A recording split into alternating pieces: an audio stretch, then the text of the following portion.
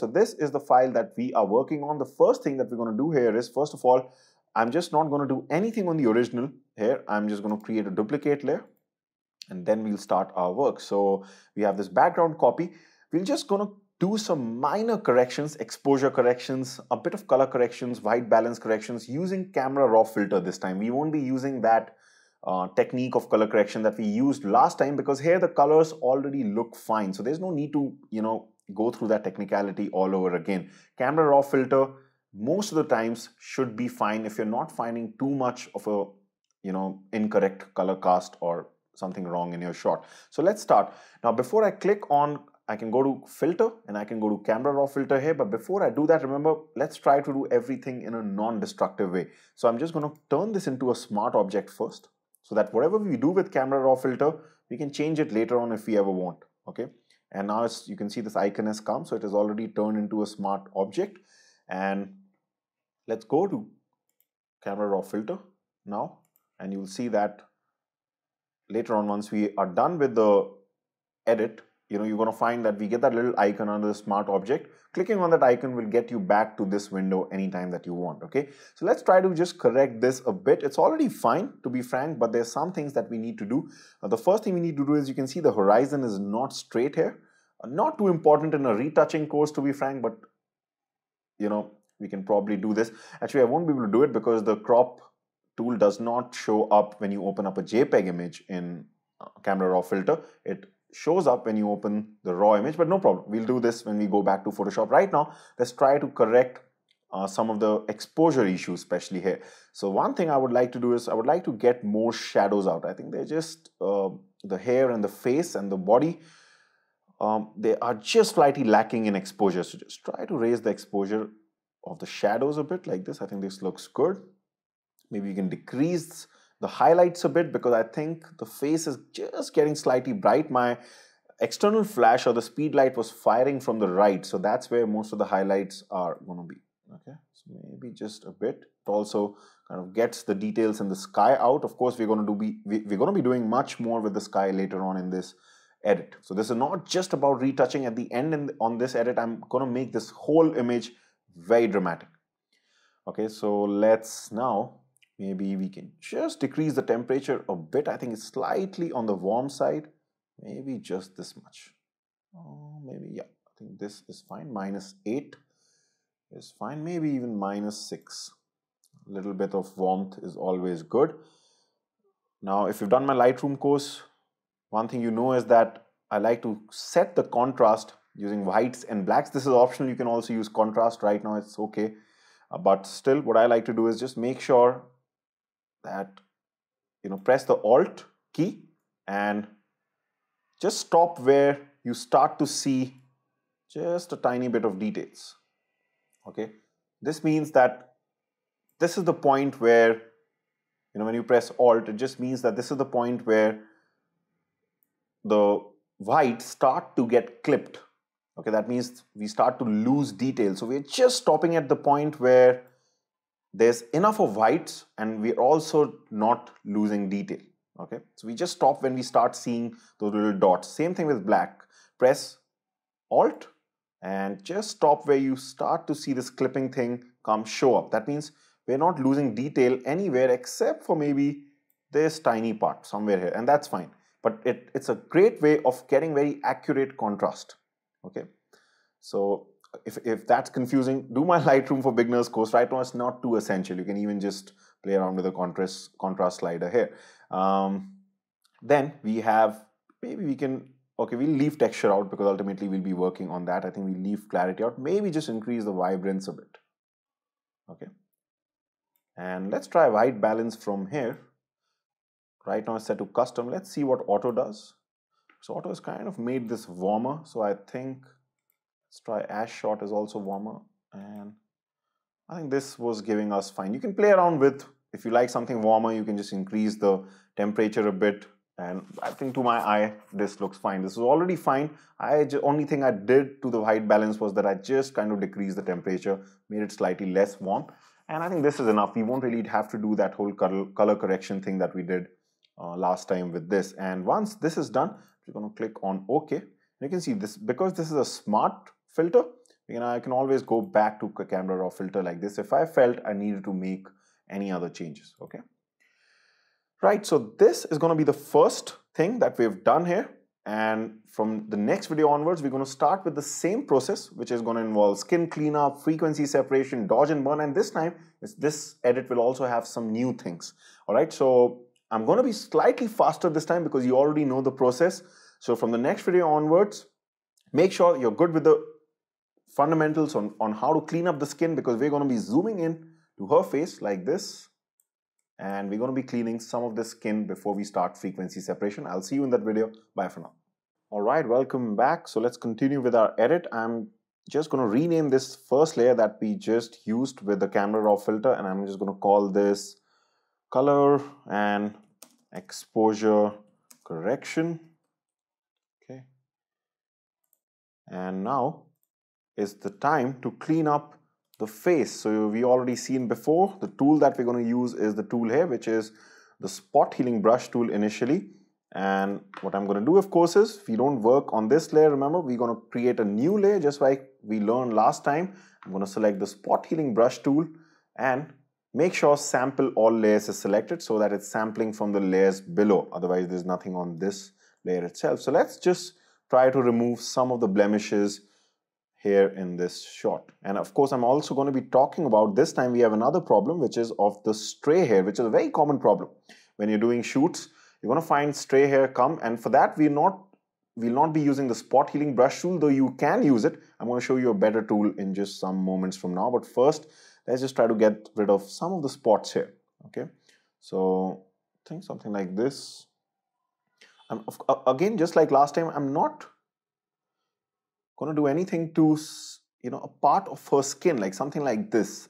This kind of texture, this is a bonus tip I can give you. Whenever you have this patterned texture, which doesn't look too bad, which does, it actually looks good because it adds to the person's personality. But more importantly, this patterned texture actually looks great when we finally do frequency separation in the next step. You've already seen how beautiful things look when we suddenly, switch on that layer which has the texture, right? And this is the kind of pattern texture which actually gives depth and life to that layer. Okay, so don't, work absolutely on every particular thing that you're seeing. You just have to develop that eye to just come to know what are the things that you want to remove.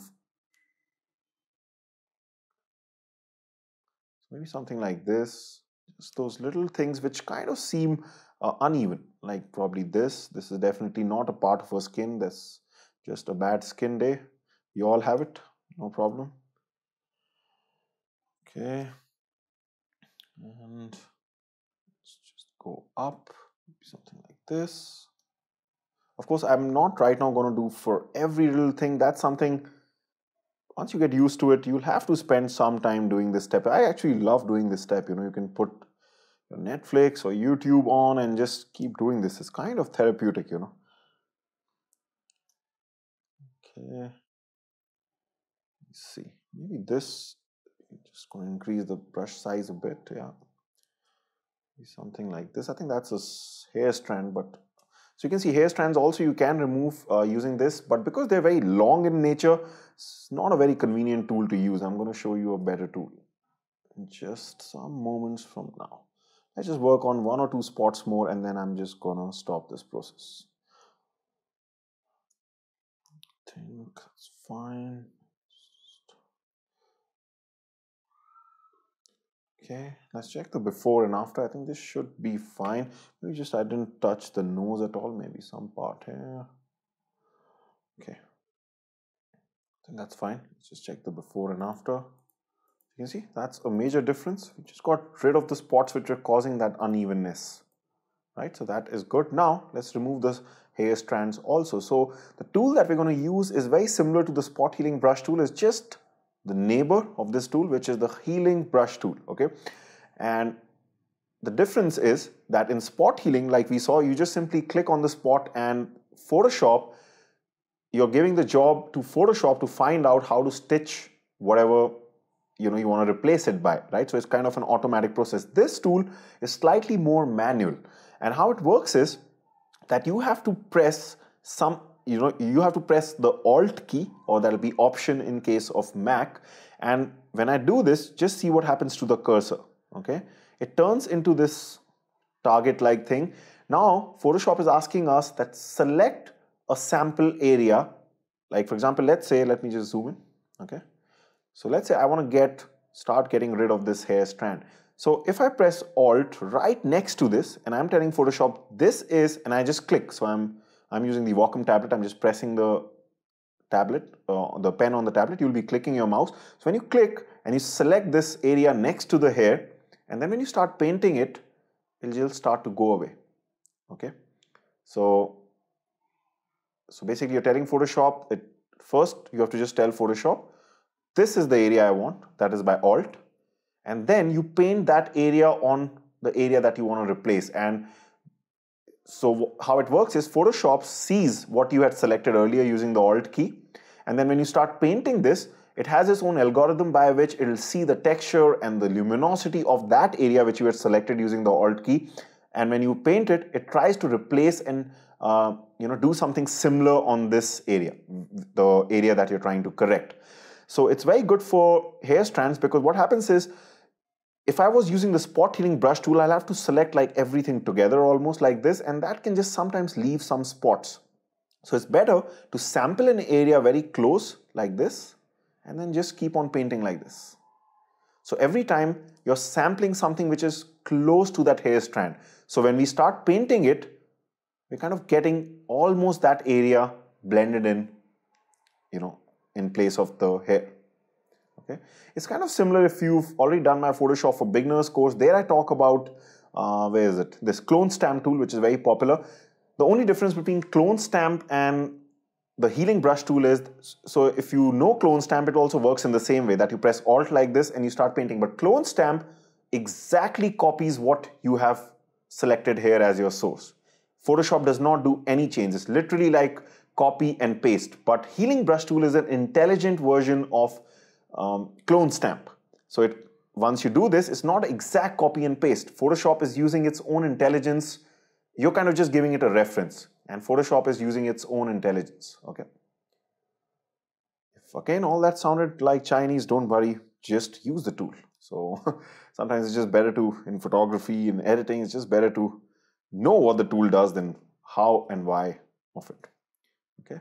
So this is going to take a fair bit of time. I'll probably edit 1 or 2 in this speed, and then I'm just going to speed up the video once you kind of get the hang of it, because there are certain hair strands here which need to be cleared up. Let's clear this one on the nose, and then I'm just going to speed up the video so that we don't waste any time.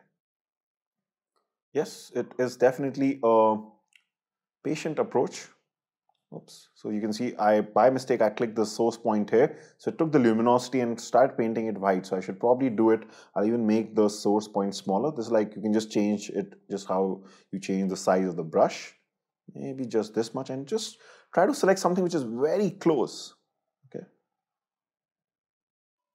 And again, if you don't get it absolutely right, don't worry. You can do this later on also after frequency separation. Sometimes it's okay. You don't have to be too perfect about things, but yeah, it's always better to get rid of these things. I think this kind of looks good. I'll just leave this. Maybe something like this. Okay. Just a tiny bit here.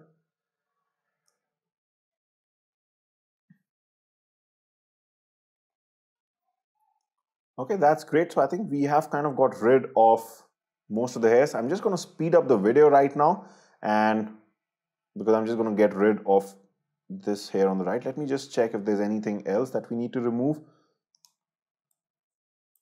I think I'll work on some of the hair strands on top, and maybe even this one. Okay, this is slightly distracting. So I'll do this in a sped up way. I'll see you in some time.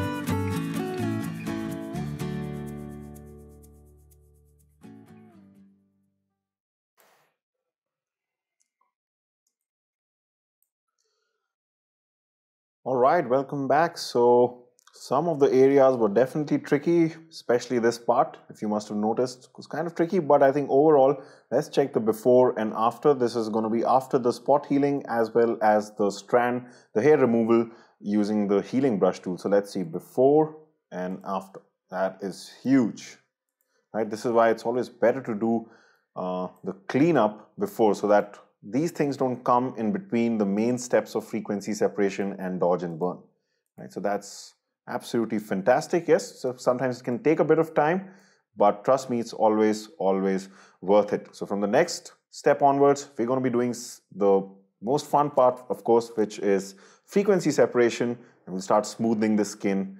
So I'm going to see you in that video. Bye for now. All right, welcome back. So in the last step, we have done this bit of cleanup, and you can see that this looks really good. So that you just zoom in, I think, to see the effect. Boom. So that was a huge change.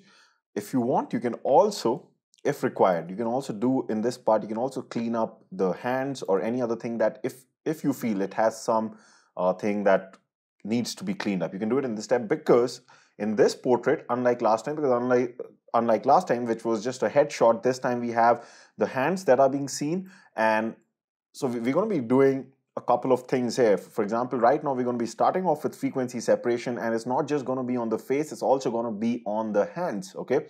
And also, when it comes to dodge and burn later on, again, we're going to be doing that on the face as well as on the hands. And you should do it on the whole body, whatever is visible, wherever the skin is visible. Now, we won't really worry about the legs too much, because what is going to happen is ultimately when we crop this photo, remember this horizon is slightly not straight. When we crop this photo, I've already done this before, the legs just kind of go away because the whole photo will get cropped when we turn this slightly. So legs we'll not really concentrate on here, but the hands and the face, and the dodge and burn will also be done on the clothes. It really looks good, and also on the hair. Okay, so dodge and burn is going to be at quite a number of places just to get those dimensions out. Okay, but right now we are concentrating on frequency separation. So let's get started. So we have our color correction, we have our skin cleanup. Let me just name this. Okay, let me just probably put this all under a nice folder, just like last time. I'm going to call it color, exposure, because we did exposure also, and skin clean up, right? Just to be organized. Now is the time we have to stamp things on a new layer. So this is our new layer, and what is the shortcut? Control Alt Shift E, or Command Option Shift E. So I'm going to do that, and all the layers below it will get stamped and or merged onto this layer. Now we are ready. So this is going to be our base layer for frequency separation. We're going to create two copies just like last time. So I'm going to press Control J twice. Okay, so Control J or Command J will be the shortcut, or you can also right click and click on duplicate layers. Right now we're going to be working on the middle layer where we use the Gaussian blur tool. That's going to be for the colors and tones, so the low frequency. Okay, so I'm going to hide the top layer for right now. I'm going to zoom in. And frequency separation is kind of easy when you have such a zoomed out portrait where the face is not dominating, because then you can kind of do things faster, because, you know, like you can see, most of the details won't be visible when someone is seeing this from a zoomed out position. Okay, so from this middle layer selected, we're going to go to filter.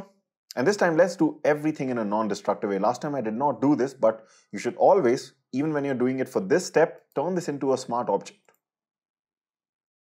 Now, I'll be very honest with you, I always don't do this, but I'm just showing you the correct way. Sometimes it's okay, even if a bit of your flow is destructive, just to do things quickly. But that is the case when you know exactly what you're doing, when you're kind of an expert at it, when you've done it a lot of times. But right now, let's do it the proper way. So I'm going to turn this into a smart object. Then I'm going to open up blur and Gaussian blur. Because sometimes what happens is you may select the wrong amount of blur in this stage. And if you later on, if you feel that was not correct, again, you'll have to start the whole process again. So it's always better to just convert this into a smart object and then just do things, so that you can change this radius anytime later on by clicking on the Gaussian blur icon that will come below. All right, so in this case, let's start. This is the original. Let's focus somewhere on her face where we can see some texture. Okay, so something like this. We can see a lot of texture here, so this will be a good guide. So we just have to stop wherever Let me zoom out slightly. I think this should be fine. We have to stop wherever this just gets completely hidden. So let's increase it, increase it. Okay. Now, one of the reasons why we don't overdo this, like suppose, of course, at this also, this is hidden, right? But let's say even like this is also hidden, which is very high for this image. The problem is, remember when we go to that step where we use the mixer brush, we are going to be working on this layer. So if you cannot see things, that it's so blurred that you cannot even see the face, it'll be tough to work with your mixer brush. So you have to be able to see which tones and colors are you affecting with the mixer brush. That's why don't choose something which is too high. We're just looking at the point where this amount of texture gets hidden. So maybe, let's say, yeah, something like this. Maybe we can choose 4 in this case. Probably even lesser. You can see, yeah, I think 4 is fine. We are able to see the details. Maybe I'll just go slightly low. 3.8 is also fine in this, or let me just choose 4. Okay, fine.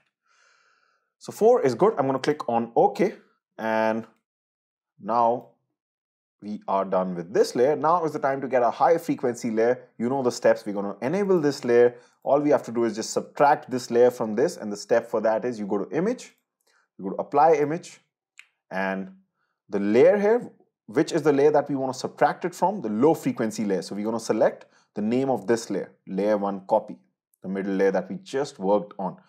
Blending will be subtract, and off scale and offset, like we already seen before, this is going to be at 2 and 128. You don't have to really know about this, and I'm just going to click on OK. Right, so this is the texture that we are seeing right now on this layer, and right now we're just going to turn the blending mode to linear light. Alright, so now you can see that this starts to look normal, and now is the time we're going to go back to this layer and we're going to use our mixer brush tool to even out the colors and tones. Of course, we're not going to do it directly on this layer. We're going to create a new layer, and then we're going to select our mixer brush tool. Make sure your wet part is set to some like a lower value like 5, because we want the effect to be very gradual. And now and also make sure that sample all layers is selected. Okay, now of course when sample all layers is selected, right now we have this top texture layer or the high frequency layer also enabled. So if I just start doing right now, this is going to look bad because the mixer brush is also taking this into account. So remember, when you do this, just like last time, just hide this so that this doesn't come into play. We're only seeing the blurred look here. Okay, and then we're going to start working.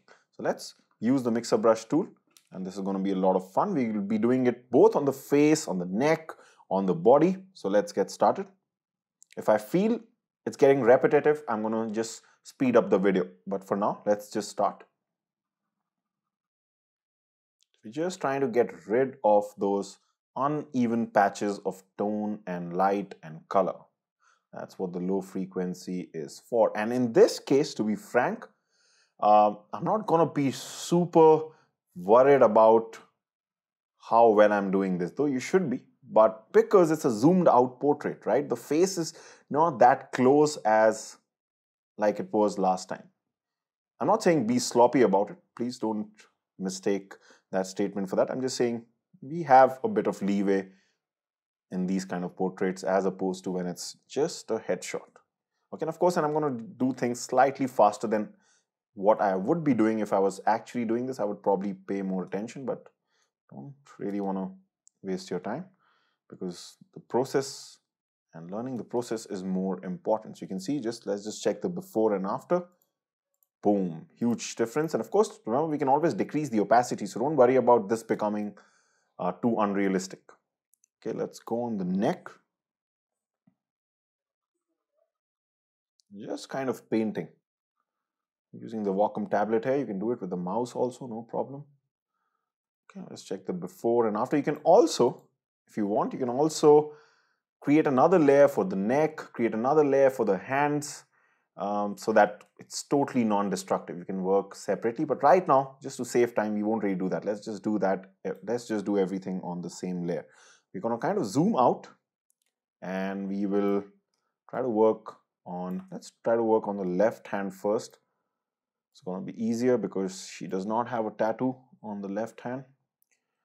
Okay, You can actually see some texture here. Maybe I could have cleaned that up in the skin cleaning part, but that's okay, no problem. We can always do that later on at the end also, not an issue. I'm just kind of painting this very lightly. I'm pressing my Wacom pen very lightly. Don't want to overdo this. Don't worry about the texture which is going away. It's ultimately going to come back when we put that high frequency layer back. Okay, really don't want to do with hands too much, just a bit, that's it. Okay, main thing is always the face. Let's go back here. Yeah, just kind of here, you can see it was slightly patchy.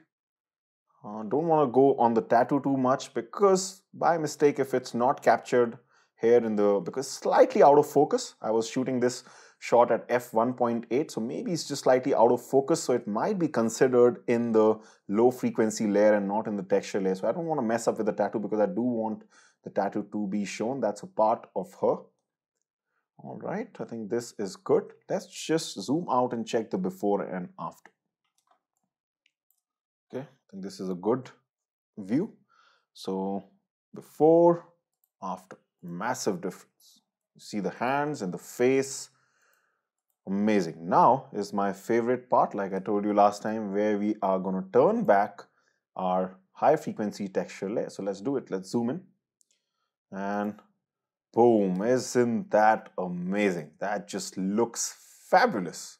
Let's check so I think the face and the neck look absolutely amazing. Let's check the hands. I think the hands also look good.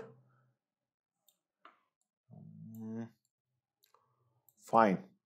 You've been able to preserve the tattoo also. That's great. I think this looks really nice, and at the same time it looks realistic. So let's see from here. Boom. This is the main thing.